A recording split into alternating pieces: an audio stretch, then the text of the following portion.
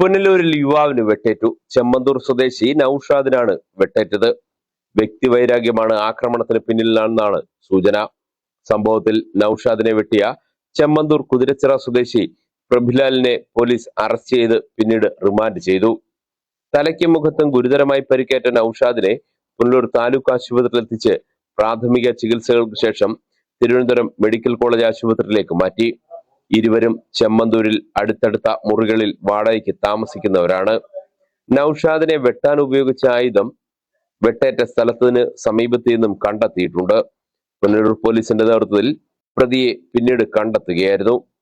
ആക്രമണത്തിന് ശേഷം രക്ഷപ്പെട്ട പ്രദീപ് ലാലിന്റെ ഫോൺ ഉൾപ്പെടെ കസ്റ്റഡിയിലെടുത്ത പുനലൂർ പോലീസ് നടത്തിയ തിരച്ചിലിനൊടുവിലാണ് പ്രതിയെ കണ്ടെത്തി അറസ്റ്റ് ചെയ്ത് രേഖപ്പെടുത്തിയത്.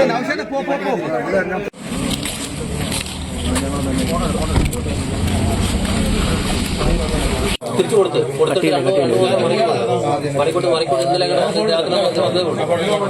ഇല്ലില്ല, ഇത് വെള്ളം അടിച്ച് കിടക്കുമായിരുന്നു പറഞ്ഞിട്ടുണ്ട്.